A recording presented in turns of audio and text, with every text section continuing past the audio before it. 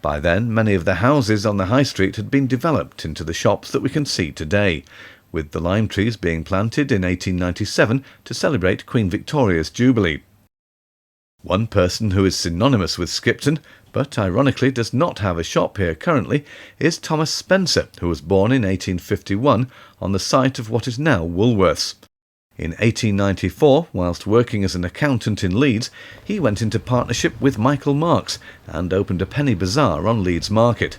They opened their first shop in Leeds in 1904 and never looked back. With Skipton taking on a more urbane appearance, there were calls for the cattle market to be moved off the high street. Besides the mess, it was starting to disrupt the trade of the shopkeepers. This led to the formation of the Chamber of Trade in 1887 that still continues to this day. The last cattle market held on the high street was in 1906, although by this time a commercial auction house, Throop and Davies, had opened on Broughton Road. The traditional market was then transferred to Jerry Croft, the land behind the Red Lion, now a car park. This lasted until 1939, when the market was effectively superseded by the auction mart. This remained so until 1990, when the new auction mart opened.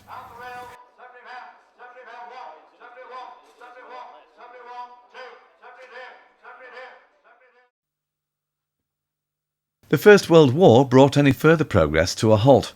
Many local men enlisted for the Bradford Pals at the drill hole on Otley Street. In a fitting tribute, a cenotaph was built in 1921 at the top of the High Street.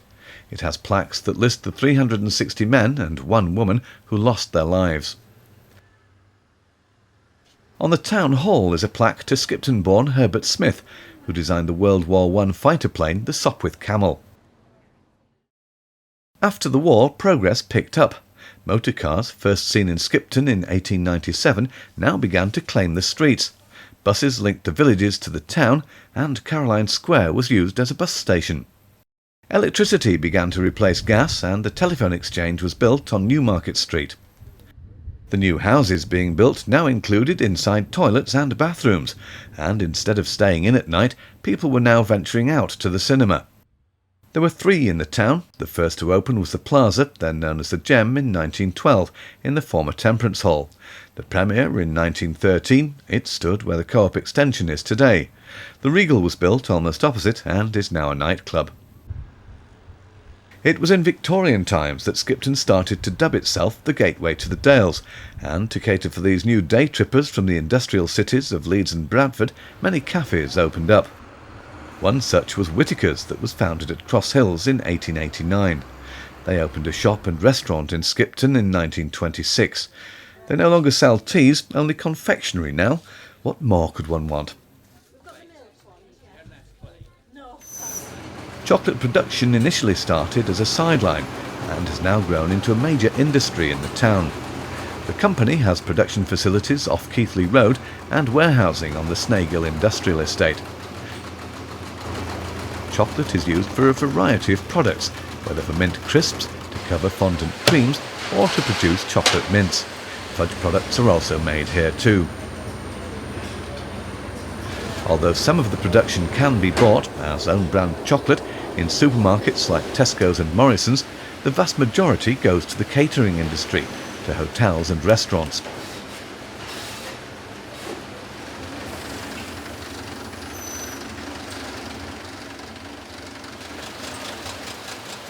Central to the operation is the foil blocking machine. Everybody likes their own name on the wrapper, and this can be changed in seconds, so production is continuous. Whittaker's produce over 1,500 tonnes of chocolate here every year, 1 million chocolates every day.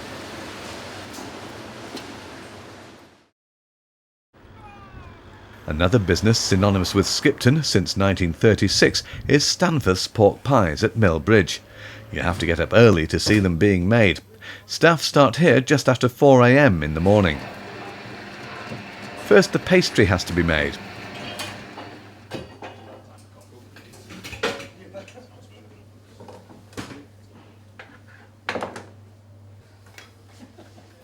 Then a handful is placed in each tin.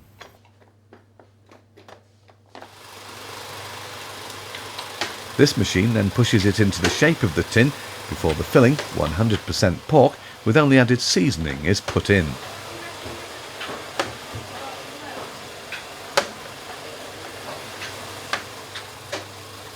Now the pie tops have to be made.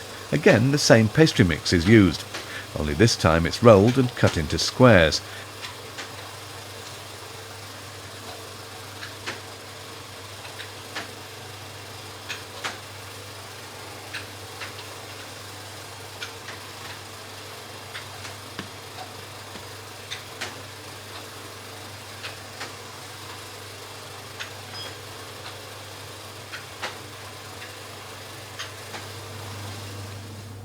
A dab of water here and there helps to seal the lid onto the case.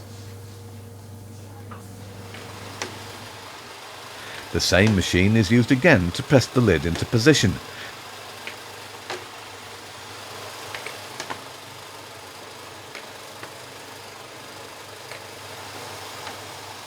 Now just a cut to allow the steam to escape before putting it into the oven. Now they're ready, hot and fresh, to serve to customers in the shop. Please, can I have one pot now? You can, Around 10,000 pies are produced each week, from large stand pies to fruit pies. 70 minutes, please, fella. Thank you. Cheers. Thank you, bye. Thank you. But just be careful when eating them.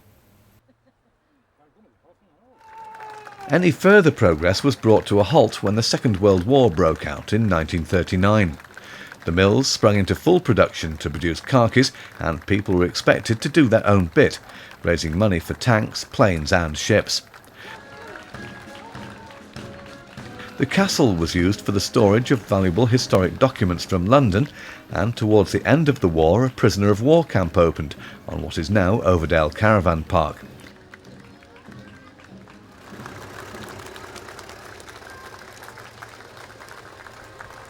The 74 Skipton casualties had the entrance gates to Airville Park built in their honour. The war was really the last time the mills were in full production. The use of synthetics and later cheaper imports were the death knell for the industry. In 1983, when Bellevue Mill closed, all the other mills had gone too. Only Mason's survives today. The company was established in 1913, and until 1996 manufacturing took place at Low Mill. Now it's housed in a new building off Carlton New Road and specialises in the production of ties. They can do everything from design to stitching together the final product.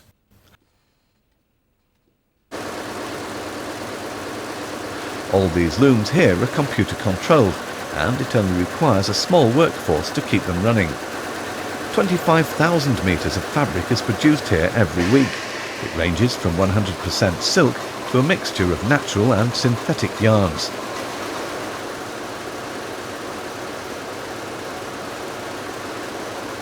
Can you tell what logo this is yet?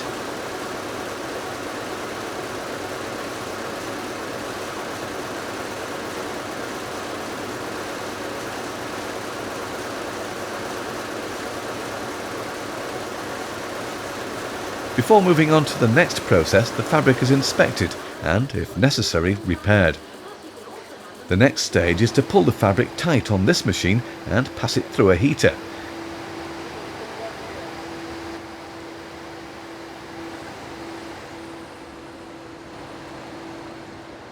This gives the fabric a high lustre, although the man must have shiny hands too. The ties are not made up in Skipton, but 8 miles down the road at Keighley. Stitching together a tie is a complicated process in order for it to keep its shape. First it has to be cut out as 3 lengths: the blade, that's the front, the tail end and the neck piece. But first the ends are tipped before the lengths are stitched together.